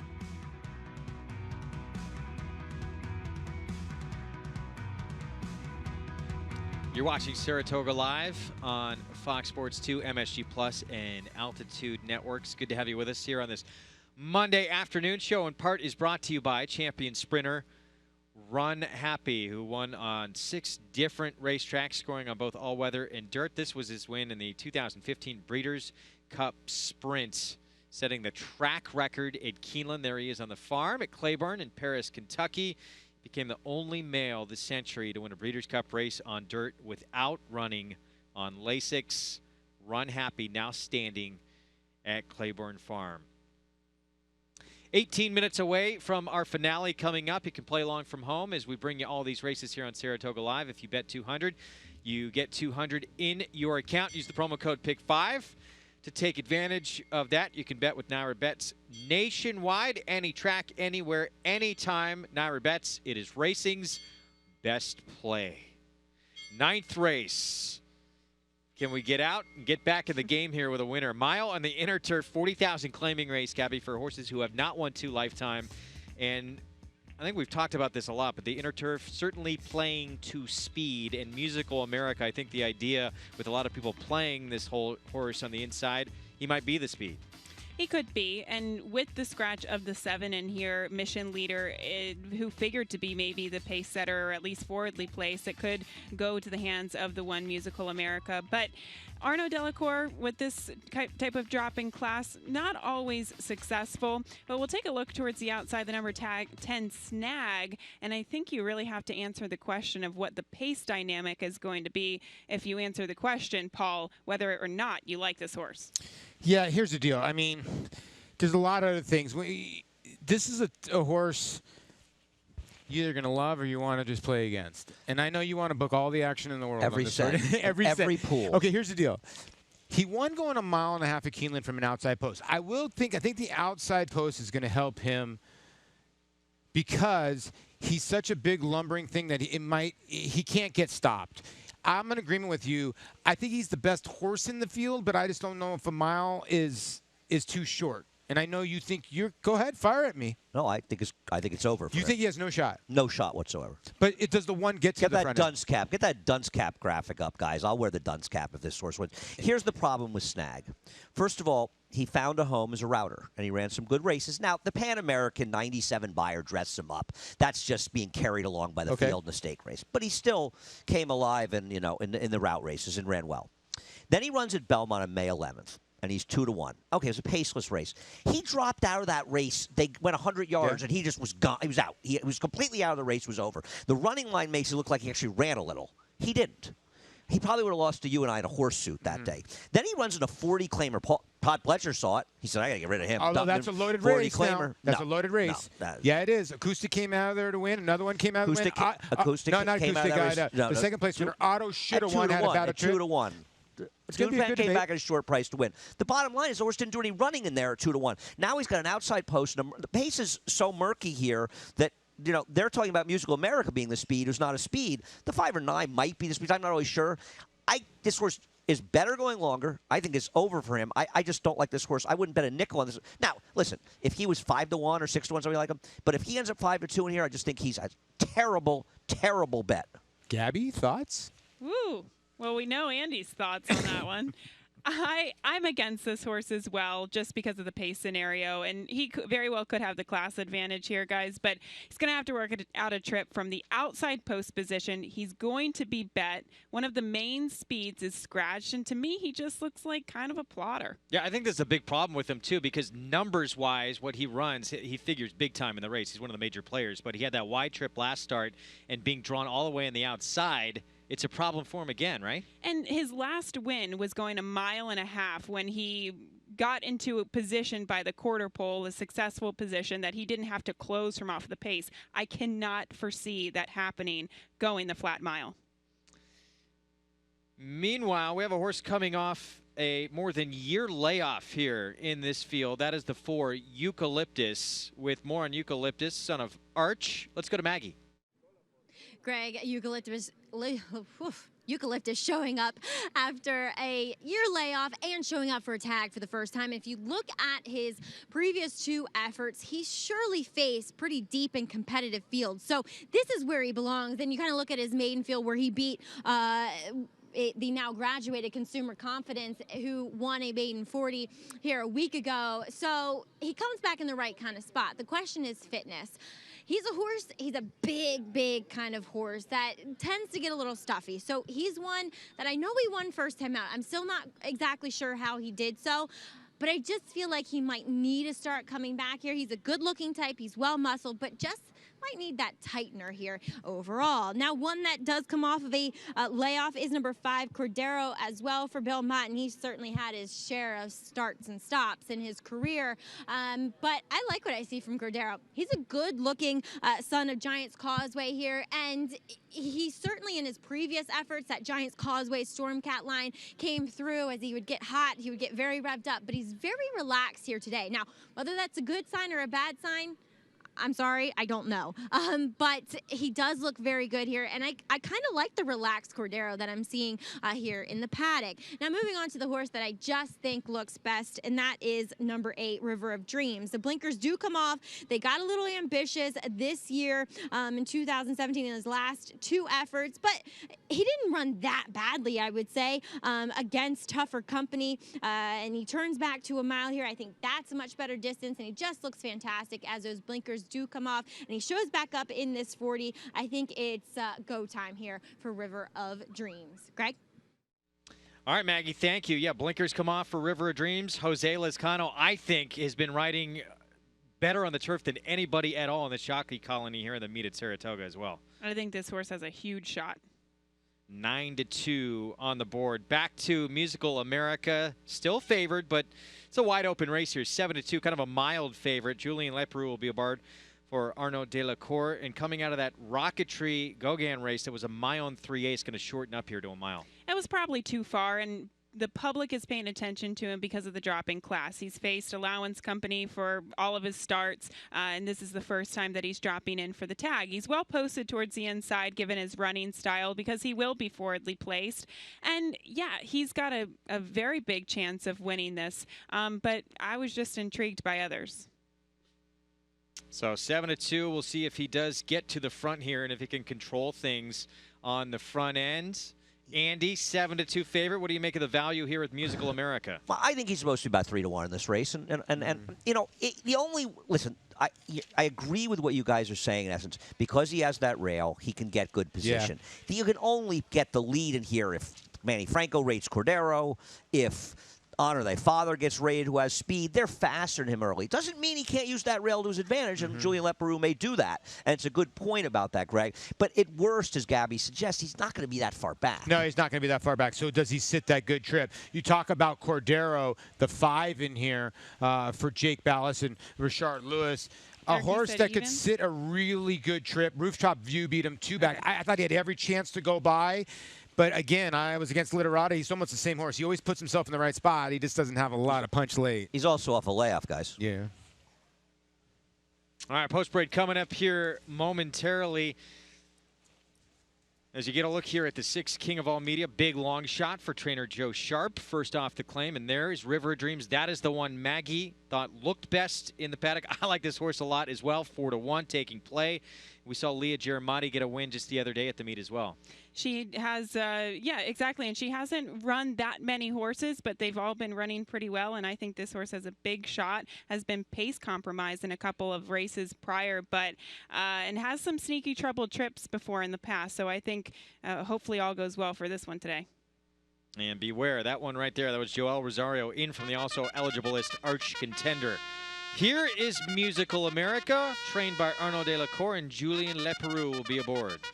Yeah, since they put the blinkers on this colt, he's gotten a lot faster early. He could be the speed in here for Lail Stables. Getting bet right now at 7-2. Unexplained is the 3, Kendrick Carmouche, riding for Danny Gargan for Midwest Thoroughbreds. You know, 0 for 12 the last 2 years. Tough to endorse, but when your trainer's as hot as Danny Gargan, and Kendrick Carmouche came here to ride one horse, it was this one. Eucalyptus, been off since July of last summer, trained by Lacey Gaudet. Florent Giroux rides. Did manage to win first time out. That bodes well for him coming off of the layoff. You know this trainer a little bit, right? A little bit. Cordero is the 5, trained by Bill Mott. Manny Franco aboard.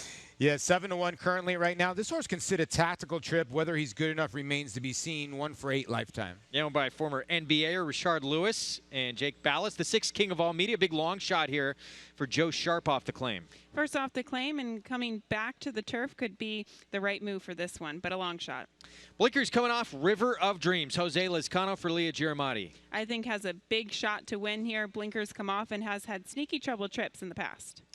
Honor Thy Father. Blinkers come off here as well. That was not notated in the racing form, trained by Kenny McPeak. Yeah, this horse tried the Breeders' Futurity when losing the Classic Empire. I think if you go to the winner, you need to honor Thy Father.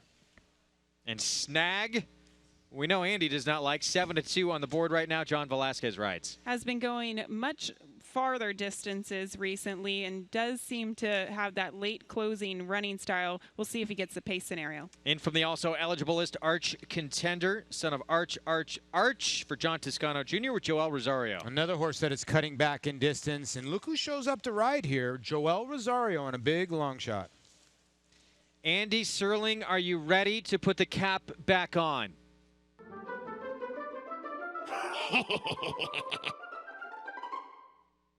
I've worn that dunce cap so many times. I never tire of wearing the dunce cap. Is it fitted? Well, it is there. I have there's a real one in my office actually, which has been known to make it. I wore it in the winter circle actually with a Donegal horse that has lost 2 straight races at short prices. Since I said I'd wear the dunce cap for it. I just think this horse is a terrible bet at any price below 800 to 1. Prepare to bring your camera down for a selfie, Greg Wolf, when the 10 wins. Exaggerating slightly there, huh? I think he would more than take 800 to 1 on the 10 snag. Taking a break, we're going to look inside the announcer's booth with the voice of the Triple Crown, Larry Colmus, when we come back. Make NyraBets your home for online horse racing and betting. Use NyraBets to bet on live horse racing from around the world. Bet from anywhere, anytime using your computer or mobile device. Earn valuable reward points on bets. Play in our exclusive promotions and earn cash rebates. Sign up at NyraBets.com and start earning your sign-up bonus today. NyraBets, racing's best play.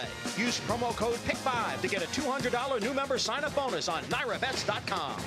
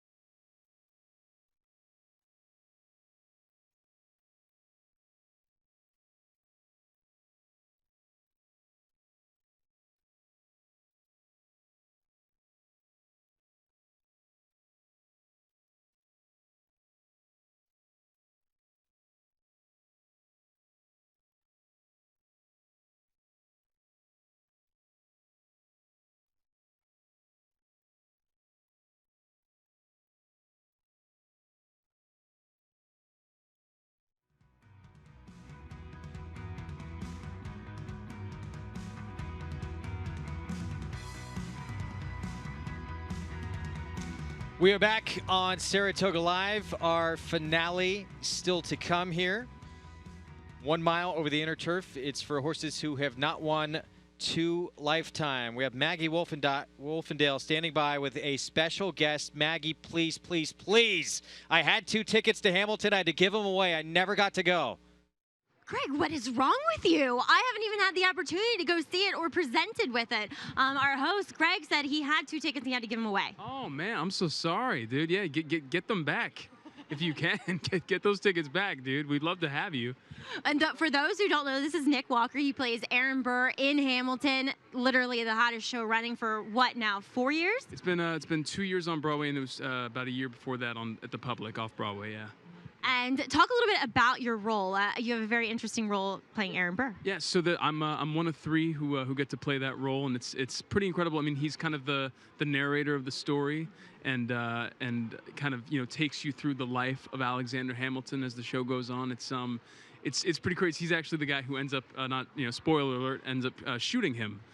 So he's kind of the villain of the piece, but it's not a bad role. It's a lot of fun, a lot of challenge, but we enjoy playing it. So yeah, man. Now, I just asked him before we came on camera if he could sing a little bit, but he's not allowed to sing anything from Hamilton, if not in a theater. So that was very disappointing for me. But first time at Saratoga, you get your picture taken. Yeah, it's pretty. I mean, the setup you guys have here is amazing, and just to see these kind of amazing animals just perform such incredible feats. I mean, our horse Heavenly Score, or the horse that I'm here to support, just came from behind and was just like, it was just kind of out of control to see it just leap to the front like that. So we were all just freaking out. My wife was freaking out. We had all put good bets on it, so we are going home happy today for sure. Do we have a fan for life? Oh, absolutely, absolutely. I'm trying to figure out the next time I can come back here. Excellent. Well, I'm trying to figure out how I can get to see Hamilton here, Nick. But it was a pleasure speaking with you. Enjoy your time in Saratoga. Oh, no, pleasure speaking with you too. Thank you so much. All right, Greg, we'll try to work something out here behind the scenes, get you some more tickets. Maggie, you're my new favorite person. Nick Walker, of course, a New York University graduate. He had just wrapped up a role in Motown the Musical when he landed the role in Hamilton. So I think we've made a new racing fan. That's tremendous. I've been entering that Hamilton lottery every single day since I've been in New York. Well, Maggie's put a good word in for you, so we'll see what happens. I think that'll go a long way, especially considering the day he's had at the track. Here's a look at River of Dreams. So again, the blinkers coming off with this horse, Andy. Jose Lizcano for Leah Giramati. It is, well, the second start here at the meet for River of Dreams, who ran back on July 28th. Yes, I think she's a big player. We want to talk about Hamilton more. Paul and I saw Hamilton, not together. I took my mom to see it. Yeah, see, here's the problem, Wolfie. You need to start hooking up with guys that have hookups in New York, you know, that can actually get you tickets here and there. He should be nicer to us. If he's a little bit nicer to us, exactly. You know, maybe bought us a drink occasionally, actually paid his share at dinner, you know, something. By the I way, actually owe him dinner now that I think That was about a it. great interview because here's the deal. We talk about this all the time. To get people interested in the game, man, he comes out here for the first time, and he's supporting a horse, and the horse wins, and you get a fan for life. And by the way, Hamilton, worth every penny. Oh, we know that. And he was well-dressed, too, for the track. He knew what to wear. Exactly. Yeah. He really was. I'm going to get up. there. I will get there eventually, guys. Don't worry. And, Andy, I'm not going to have to buy you a drink to do it. Greg, if I get 2 more tickets, I will take you. Thank you, okay? my friend. That's the nicest I've ever heard Andy before. He has a heart. He Somewhere. does have a heart. And, by the way, so Snag, who Andy does not like at all in this race, the 10, has become now the 5-2 favorite. I don't like that any bit more than Andy does. This horse, I do think, is a big vulnerable favorite. Just as we were mentioning, the pace scenario in here works against him. I think he's a horse that wants farther than a mile. I can't take 5-2 on a horse like this. The public taunting you, Andy, with Snag. I'm surprised after my screed he's not like 6-5 in here. I mean, I pretty much put him in the winner's circle. That's why Paul hated him until I gave that screed, and now he's picking him. Yeah, I changed my pick to the 10. I went up to the window, and I bet him, too. And I really feel he's the best horse in the race. Gabby makes a great point. If this race was a mile and an eighth, mile and 16th, he wins. The mile is going to be the key. I have a feeling that Johnny V is going to keep this horse closer than you think. The only way you could win this race is if they ran at a distance where every other horse tired out and stopped running. Just keep piling on, Andy. We're going to see what happens here.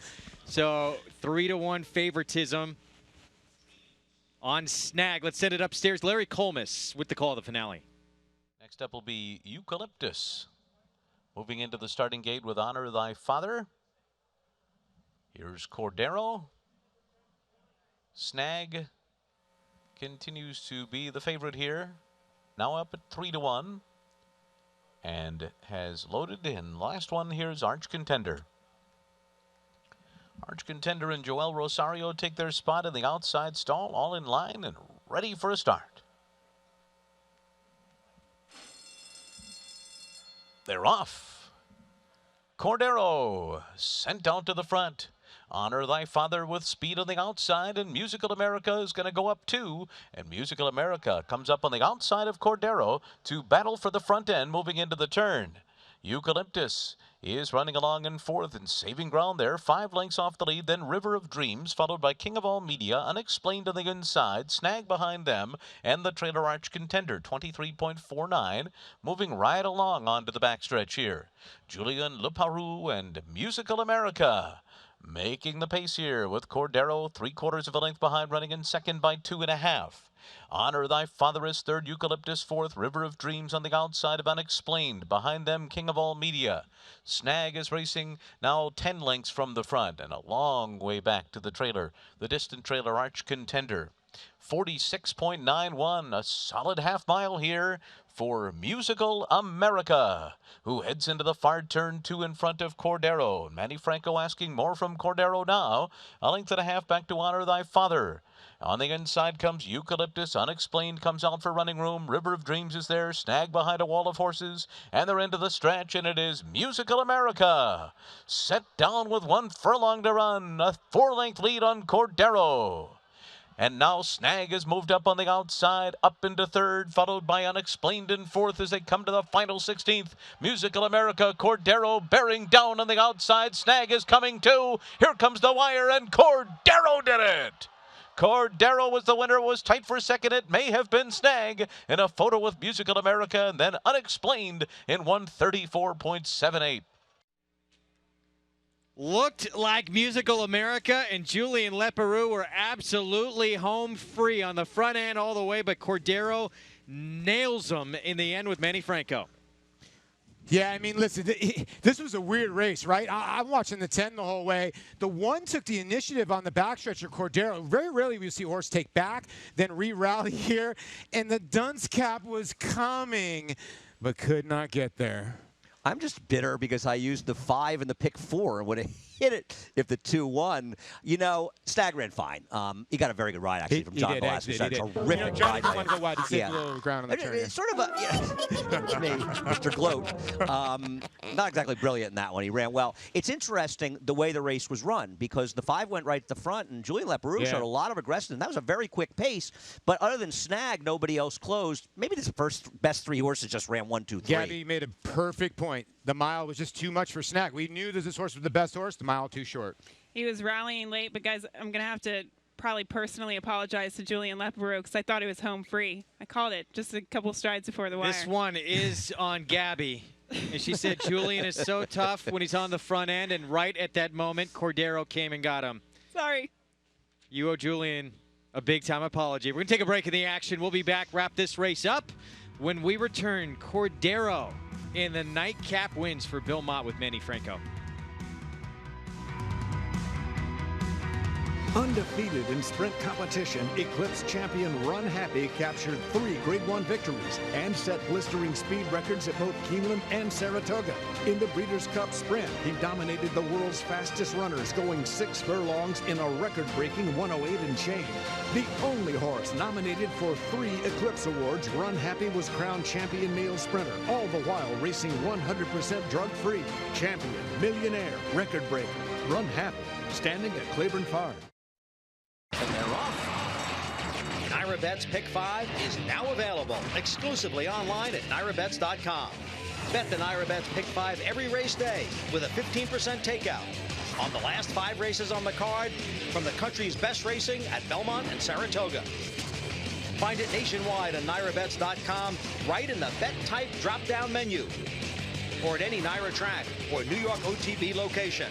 NyraBet's Pick 5, racing's best bet.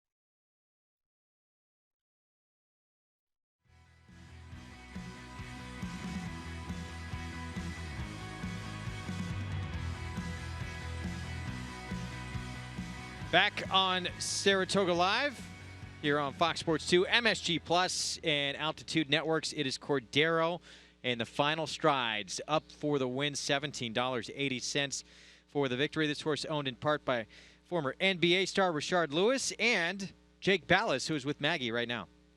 Actually, we got to move back here, guys, because I'm just too short for once talking to somebody in this industry here with half owner Jake Ballas with Cordero, and looks as though Cordero's doing better than you, Jake.